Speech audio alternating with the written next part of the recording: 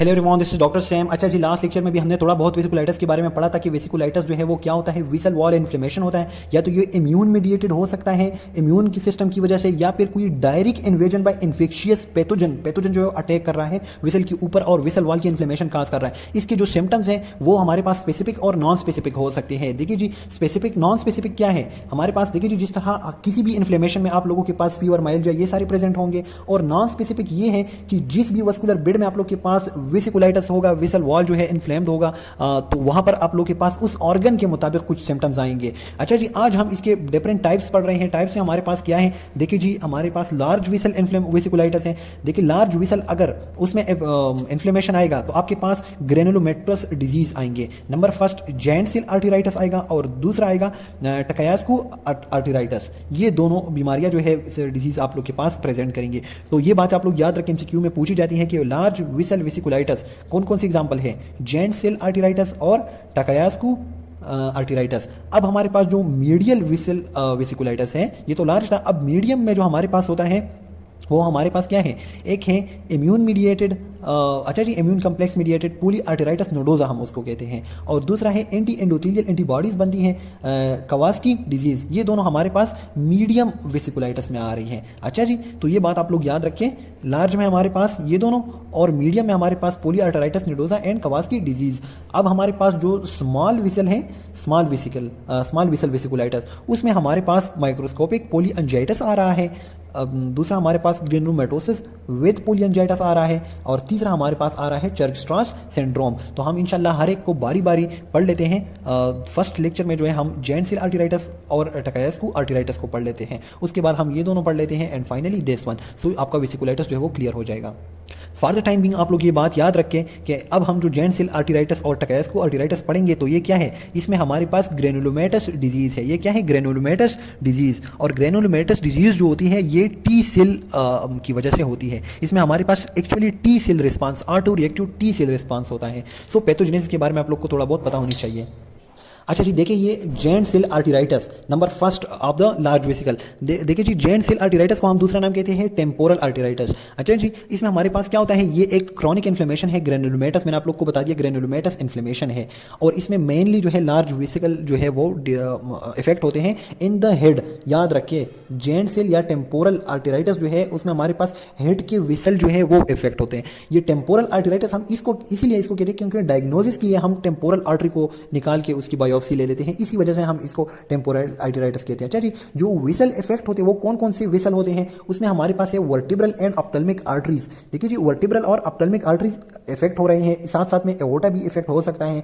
अब अगर ophthalmic artery effect हो रहा है तो सडन एंड परमानेंट ब्लाइंडनेस जो है पेशेंट को हो सकती है। और दूसरा जो है ये बीमारी जो है ये जॉइंट सेल आर्टेराइटिस या टेम्पोरल, ये फीमेल में, मोस्टली फीमेल में और ओल्डर एडल्ट्स में ये प्रेजेंट करती है, यंग में एज सच प्रेजेंट नहीं करती, mostly about 50 years of age उसमें आती है। अच्छा जी, पैथोजेनेसिस क्या है, मैंने आप लोग को पहले ही बता दिया, ग्रेनुलोमेटस है, तो इसी वजह से इसकी जो असल काज है वो T cell mediated immune response है। अच्छा जी, इसके अलावा इसमें हमारे पास टीएनएफ और एंटी एंडोथेलियल सेल एंटीबॉडीज भी बनते हैं जो आप लोग के एंडोथेलियम पर अटैक करते हैं और फाइनली जॉइंट सेल आर्टेराइटिस काज करते हैं। जो हमारे पास थेराप्यूटिक रिस्पांस है तो जाहिर बात है इम्यून मीडिएटेड है, तो हम इम्यून सप्रेसेंट देते हैं, यानी कि स्टेरॉइड, ताकि इम्यून सिस्टम जो है वो सप्रेस हो सके and so that the vessel can be safe. बाकी जो है क्लिनिकल फीचर्स हम देख लेते हैं कि हमारे पास पेशेंट कैसे प्रेजेंट करेगा। तो मोस्टली आप लोग के पास ओल्डर एज पेशेंट्स आएंगे अबाउ 50 ईयर्स, क्योंकि बिफोर 50 ईयर्स जो है ये बहुत रेयर है। अच्छा जी, और अबाउ 50 इसकी चांसेस बढ़ जाते हैं। तो जाहिर बात है दो किस्म के सिम्टम्स आएंगे वेसिकुलाइटिस में, एक स्पेसिफिक और एक नॉन स्पेसिफिक। स्पेसिफिक जो है वो जाहिर बात है इन्फ्लेमेशन, कोई भी इन्फ्लेमेशन होगा तो वेसिकुलाइटिस है ना, आइटिस इन्फ्लेमेशन है तो फीवर में आएगा, फेटीग में आएगा, वेट लॉस में आएगा। दीज आर नॉन स्पेसिफिक, ये किसी बीमारी के साथ स्पेसिफिक नहीं है। लेकिन फिर हम देखते हैं कि पेशेंट जो है उसको पेशियल फैन है, देखिए हेड के आर्टरीज जो है उसमें वेसिकुलाइटिस हुआ है तो पेशियल फैन आ जाएगा, हेडेक आ जाएगा, साथ साथ में जो है जो आप लोगों का सुपरफिशियल टेम्पोरल आर्टरी है उसके अलोंग जो है ये पेन बहुत ज़्यादा सीवियर होता है, और जब भी हम इसको इस तरह पल्पेट करते हैं, उसके ऊपर हाथ रख देते हैं ना सुपरफिशियल टेम्पोरल के ऊपर, तो बड़ा पेन जो है क्रिएट हो जाता है। So this is symptom. फिर है आकुलर सिम्टम्स भी आ जाते हैं। मैंने आप लोग को पहले बता दिया ना कि अगर ऑप्थेल्मिक आर्टरी जो है इन्वॉल्व है तो परमानेंट ब्लाइंडनेस के साथ पेशेंट प्रेजेंट कर सकता है, यानी कि from diploma diplopia to the complete vision loss. तो ये पेशेंट इनके साथ प्रेजेंट करेगा, ओल्डर एज में होगा, अबाउ 50 होगा, फेशियल पेन होगा, सुपरफिशियल टेम्पोरल आर्टरी के ऊपर बहुत ज्यादा पेन होगा, हेडेक होगा, उसको diplopia to complete vision loss होगा। अब हम फिर डायग्नोस कैसे करते थे कि हम टेम्पोरल आर्टरी को लेके उसके फिर इस तरह छोटे छोटे देखें, यहाँ से देख लेते हैं, यहाँ से स्टडी करते हैं बायोप्सी डिफरेंट रीजन की। अगर यहाँ पर नहीं हुआ तो फिर हम तो इस तरह अलोंग द कोर्स हम देख लेते हैं। लेकिन बाज़ औक़ात हम जब डायग्नोसिस करते हैं ना, तो हम देखिए जी मैंने एक टेम्पोरल आर्टरी निकाला हुआ है और मैंने इस रीजन को चेक किया, तो शायद इस रीजन में वेसिकुलाइटिस नहीं हुआ, तो मुझे नेगेटिव रिपोर्ट मिल जाएगा कि नहीं इस बंदे को वेसिकुलाइटिस नहीं है। लेकिन शायद इस रीजन में ना हो, लेकिन दूसरी रीजन में वेसिकुलाइटिस हुआ हो। सो इसलिए जो नेगेटिव रिजल्ट आता है वो इतना रिलायबल नहीं होता, क्योंकि शायद मैंने पूरे इतनी लॉन्ग आर्टरी है, शायद मैंने कोई जो रीजन इफेक्ट नहीं हुई, मैंने अनइफेक्टेड रीजन को स्टडी किया है। सो नेगेटिव रिजल्ट जो है वो इतना रिलायबल नहीं होगा। अगर नेगेटिव आएगा तो फिर भी दूसरी रीजन में वेसिकुलाइटिस हो सकता है। ट्रीटमेंट जो है मैंने आप लोग को ऑलरेडी बता दिया कि कार्टिकोस्टेरॉइड जो है वो इसका ट्रीटमेंट है। अच्छा जी, as far as the morphology is concern, तो देखिए जी मैंने आप लोग को पहले बता दिया कि ग्रेनुलोमेटस इन्फ्लेमेशन है, ग्रेनुलोमास आप लोग को नजर आएंगे। इसके अलावा जो है आप लोगों को मल्टी न्यूक्लिएटेड जॉइंट सेल नजर आएंगे। साथ में आप लोग देखिए जी fragmentation of the internal elastic lamina हुआ होगा। हीलिंग के बाद जो है एंटीमल थिकनिंग और ये सारी चीजें स्कारिंग आप लोग को नजर आएगी। अब जो हमारे पास दूसरा लार्ज सेल वो है, उसमें आप लोग के पास क्या है, देखिए जी लार्ज सेल में हमारे लार्ज वेसल, उसमें दूसरा हमारे पास है टकायास्कू आर्टेराइटिस। देखिए जी यहां पर मैंने आप लोग को बता दिया था, दूसरा हमारे पास क्या है, टकायास्कू आर्टेराइटिस। अब इनमें जो है इतना सच खास डिफरेंस नहीं है जॉइंट सेल आर्टेराइटिस और टकायास्कू आर्टेराइटिस में। देखिए जी टकायास्कू आर्टेराइटिस में हमारे पास जो पेशेंट होते हैं ना वो यंगर होते हैं। उसमें मैंने आप लोग को बता दिया कि बहुत कम आप लोग को यंग, बाकी सब आप लोग को बूढ़े अबाउ 50, लेकिन यहां पर आप लोग को यंगर देन 50 पेशेंट्स आएंगे टकायास्कू में। अच्छा जी, बाकी ये भी ग्रेनुलोमेटस वेसिकुलाइटिस है, उसी तरह लार्ज विसल इफेक्ट्स होते हैं, ऑकुलर डिस्टर्बेंसेस होते हैं।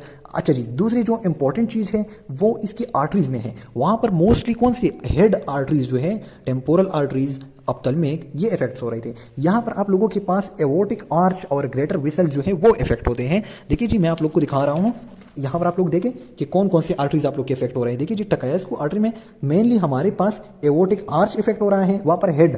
अच्छा जी, यहां पर एवोटिक आर्च यानी आर्च विसल्स, यानी और भी जो थर्ड इंपॉर्टेंट है वो क्या है, एवोटा एंड इट्स ब्रांचेस। तो एवोटा जो है वो मोस्टली किस चीज के साथ इन्वॉल्व है, टकायास्कू आर्टेराइटिस के साथ इन्वॉल्व है, और ये किस एज में प्रेजेंट करते हैं, mainly in the young age. अच्छा जी, तो हमारे पास पेशेंट किस तरह प्रेजेंट करेगा, इसको हम दूसरा हम कहते हैं पल्सलेस डिजीज। देखिए जी पेशेंट किस तरह प्रेजेंट करेगा, एक तो नॉन स्पेसिफिक सिम्टम्स है, फीवर, माइल्डिया, ये तो सब में होंगे। अब पेशेंट जो है वो प्रेजेंट करता है with reduce upper extremity, blood pressure and pulse strength. देखिए पेशेंट का जो आप लोग अपर एक्सट्रीमिटीज यानी कि अपर लिम्स में आप लोग जब उसका वो चेक करेंगे पल्स, तो पल्स उसका बहुत ज्यादा वीक होता है, यानी कि अक्सर गायब होता है, इसलिए हम इसको पल्सलेस डिजीज भी कहते हैं टकायास्कू को। अच्छा जी, और ये हमारे पास देखें रिड्यूस अपर एक्सट्रीमिटी ब्लड प्रेशर, अपर एक्सट्रीमिटीज जो है बॉडी के उसमें ब्लड प्रेशर बहुत ज्यादा कम होता है।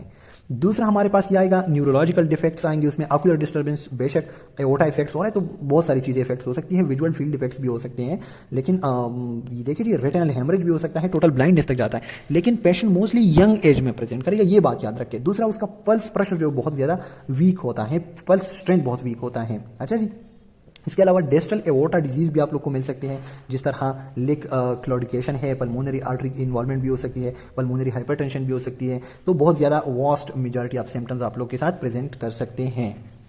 जो असल में आप लोग डायग्नोसिस बनाते हैं तो आप लोगों ने एज की तरफ देखना है। अगर एज यंग है तो आप लोगों ने टकायास्कू के ऊपर आना है। अगर एवोटा और एवोटा के ब्रांचेस इफेक्ट हुए तो टकायास्कू, पल्सलेस डिजीज या वीक पल्स, रिड्यूस अपर एक्सट्रीमिटी ब्लड प्रेशर, तो आप लोगों ने टकायास्कू के ऊपर आना है। बाकी इसमें एज सच कुछ खास डिफरेंस नहीं है टकायास्कू और जॉइंट सेल आर्टेराइटिस में। अच्छा जी, ये इसकी हिस्टोलॉजिकल एग्जामिनेशन है कि हमारे पास बहुत ज़्यादा फाइब्रोसिस हुई होती है, ग्रेनुलोमास बने हुए होते हैं, जॉइंट सेल आप लोग को नजर आते हैं। सो आप लोग खुद इन चीज़ों के देख लें। इंशाल्लाह नेक्स्ट हमारे पास क्या आ रहे हैं, नेक्स्ट हम पढ़ेंगे मीडियम विसल विस्कुलाइटिस, जिसमें हमारे पास क्या है, पोली आर्टेराइटिस नोडोजा है और कवासाकी डिजीज है। अब पोली आर्टेराइटिस नोडोजा जो है ये इम्यून कम्प्लेक्स मीडिएटेड है, एक इम्यून कम्प्लेक्स बनता है एक्चुअली। और इम्यून कम्प्लेक्स कैसे बनता है, आपकी बॉडी में hepatitis B 30% of the cases क्या होता है कि बंदे को हेपेटाइटिस बी इन्फेक्शन हुआ होता है। अब हेपेटाइटिस बी के खिलाफ आप लोगों की बॉडी एंटीबॉडीज बना देते हैं, और वो एंटीबॉडीज जो है उनका कम्प्लेक्स बनता है, और वो कम्प्लेक्स आप लोगों की विसल पर अटैक करता है, जिसको हम कहते हैं पोली आर्टेराइटिस नोडोजा। अच्छा जी, polyarthritis nodosa, what is this? ये हमारे पास क्या है, ये एक सिस्टेमिक वेसिकुलाइटिस है। अच्छा जी, वो हमारे पास ओनली एंड ओनली ब्लड वो उसको इफेक्ट कर रहा था, हेड को और एवोटिक ब्रांचेस को, वो दोनों। जबकि ये हमारे पास पूरी सिस्टेमिक वेसिकुलाइटिस कहीं भी हो सकता है, यानी कि रीनल आर्टरी, विजल आर्टरी। लेकिन आप लोगों ने एक बात याद रखनी है कि पल्मोनरी सर्कुलेशन को इससे कुछ फर्क नहीं पड़ता, पल्मोनरी सर्कुलेशन के विसल्स को ये इफेक्ट नहीं कर सकता। अच्छा जी, involve the renal and visceral vesicle. अच्छा जी, but spare the pulmonary circulation. ये बात आप लोग याद रखिए कि पान जो है polyarteritis nodosa, that spare the pulmonary circulation, उसको कुछ भी नहीं कहता। और ये किस वजह से हो सकती है, मैंने आप लोग को बता दिया कि हेपेटाइटिस बी एंटीजेंस आया है बॉडी में और उसके खिलाफ एंटीबॉडीज बनेंगे and that will attack the whistle. अच्छा जी, अब पेशेंट कैसे प्रेजेंट करेगा? देखिए, सबसे पहले तो ये आप लोग याद रखें कि ये हमारे पास यंग एज एडल्ट्स की बीमारी है, लेकिन किसी भी एज ग्रुप में आप लोग को मिल सकती है। पेशेंट जो है नॉन स्पेसिफिक सिम्टम्स, जाहिर बात है इन्फ्लेमेशन है तो इन्फ्लेमेशन के साथ फीवर, माइल्ड, ये सारी तो होगी। अब जो स्पेसिफिक सिम्टम्स है वो डिपेंड करता है कि पान जो है पॉलीआर्थराइटिस नोडोसा जो है वो किस ऑर्गन में हो रहा है, कौन सी विसल को इफेक्ट कर रहा है। तो अगर रीनल आर्टरी को इफेक्ट करता है तो पेशेंट जो है वो हाइपर टेंशन के साथ प्रेजेंट करेगा, उसमें बहुत ज्यादा हाई बीपी होगी। अच्छा जी, अगर हमारे पास गैस्ट्रोइंटेस्टिनल लीजन्स, वहां पर गैस्ट्रोइंटेस्टिनल सिस्टम में कुछ किसी विसल के ऊपर अटैक करेगा, उसको इफेक्ट करेगा, तो एब्डोमिनल पेन आएगा, ब्लडी स्टूल्स, इसके साथ प्रेजेंट करेगा। अगर मोटर नर्व और इन चीजों को इफेक्ट करता है तो मस्कुलर एचेज आएंगे, पेरिफेरल न्यूराइटिस। तो पेशेंट एक डाइवर्स सिम्टम्स के साथ प्रेजेंट करता है जो कि हमारे पास वेरिड एंड पजलिंग होते हैं। डॉक्टर्स बहुत कंफ्यूज हो जाते हैं इस चीज में, लेकिन जब आप उसकी वो करते हैं इम्यूनोसप्रेसिव थेरेपी दे देते हैं तो पेशेंट जो है वो वेल एंड गुड हो जाता है। लेकिन दिस इज़ वेरी फेटल अगर अनट्रीटेड हो। अच्छा जी, अगर ट्रीटमेंट करेंगे तो 5 ईयर सर्वाइवल जो है वो बहुत ज़्यादा है। अब रिलैप्स जो है एक दफ़ा ठीक हो जाए, दोबारा से रिलैप्स बीमारी जो है वो बहुत ज़्यादा दोबारा हो सकती है, लेकिन रिलैप्स अगर in up to 25% of the cases, more often in non infection, non HBV। ऐसा भी हो सकता है कि अगर एक बंदे को HBV नहीं हुआ और उसको पॉलीआर्थराइटिस नोडोसा हुआ है तो उसमें रिलैप्स के चांसेस जो है वो बहुत ज़्यादा होते हैं। अच्छा जी, so this is all about these things. लेकिन अगर आप लोगों से कोई पूछे कि पॉलीआर्थराइटिस नोडोसा कौन सी विसल्स के ऊपर ज्यादा अटैक करता है, तो renal involvement is often prominent and a major cause of death. तो ये बात याद रखिए जरा सा। और किस पे अटैक नहीं करता, तो वो आप लोगों का क्या है, पल्मोनरी सर्कुलेशन है। अब हम इसकी वो देखते हैं, हिस्टोलॉजी देखते हैं। देखिए जी, हिस्टोलॉजी में आप लोग को कैसा नजर आएगा?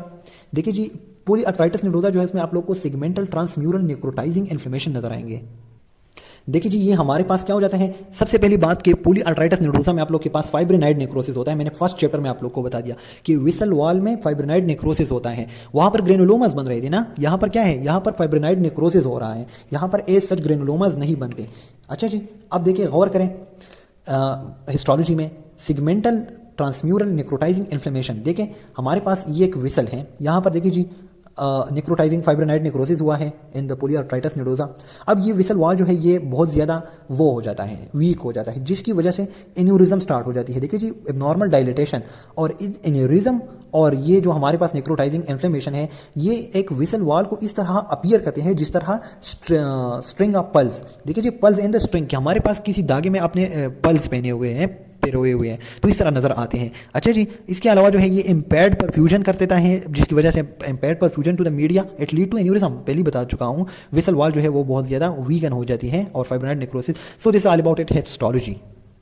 अच्छा जी, दूसरा हमारे पास है कवासाकी डिजीज। कवासाकी डिजीज मैंने आप लोग को पहले ही बता दिया कि कवासाकी डिजीज में क्या होता है। देखिए जी, यहाँ पर मैंने आप लोग को पहले ही बता दिया कि कवासाकी डिजीज में एंटी एंडोथेलियल सेल एंटीबॉडीज बनते हैं।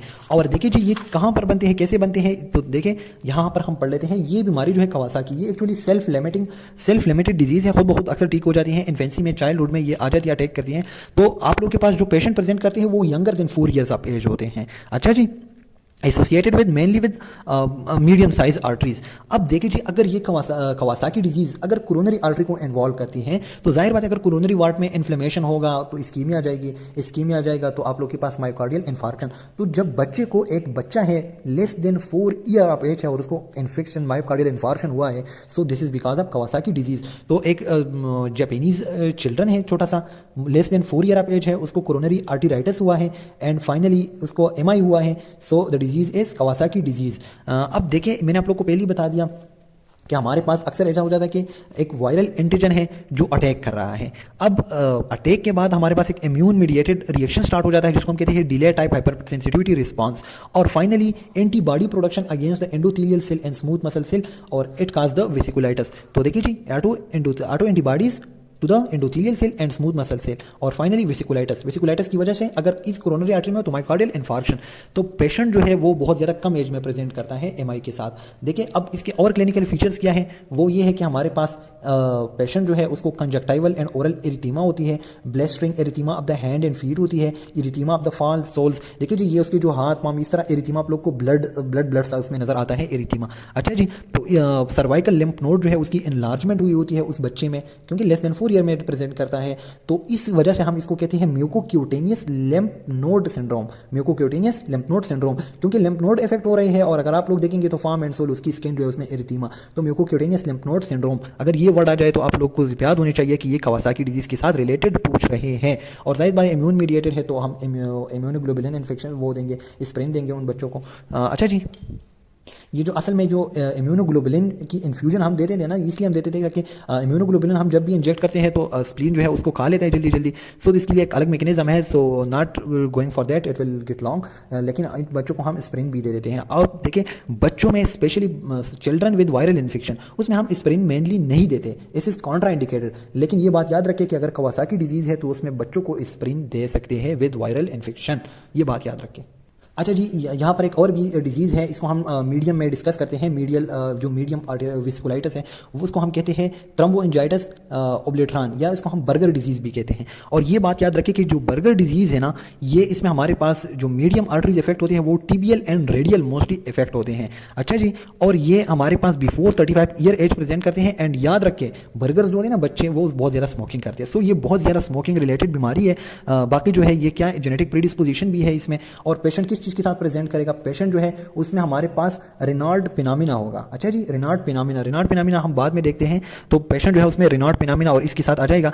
तो अगर आप लोग को आ जाता है कि एक पेशेंट है जो कि हमारे पास बिफोर 35 ईयर ऑफ एज है, साथ में वो बहुत ज़्यादा स्मोकिंग करता है, जेनेटिक प्रीडिस्पोजिशन भी है, और वो रेनॉल्ड फिनोमिना के साथ प्रेजेंट कर रहा है, जिसमें हमारे पास डिफरेंट कलर्स के आप लोग को नजर आते हैं, वेजोस्पाज्म की वजह से साइनोसिस उनमें होती है। तो आप लोग क्लेम कर सकते हैं कि the disease is burger disease. इंशाल्लाह लास्ट लेक्चर में जो है हम इस चीज़ को पढ़ लेते हैं। ये चीज़ रह गई है the full and final, and that is small vessel vasculitis. ये हमारे पास रहते हैं। बाकी हमने इसको जॉइंट सेल आर्टेराइटिस को, कवासाकी पोलियार्ट्राइटिस नोडोसा कवासाकी, इसको हमने पढ़ लिया है। साथ में हमने एक बर्गर का भी जिक्र किया जो यहाँ पर नहीं है। फाइनल हम इंशाल्लाह नेक्स्ट लेक्चर में इस चीज़ को देख लेते हैं, स्मॉल विसल्स को।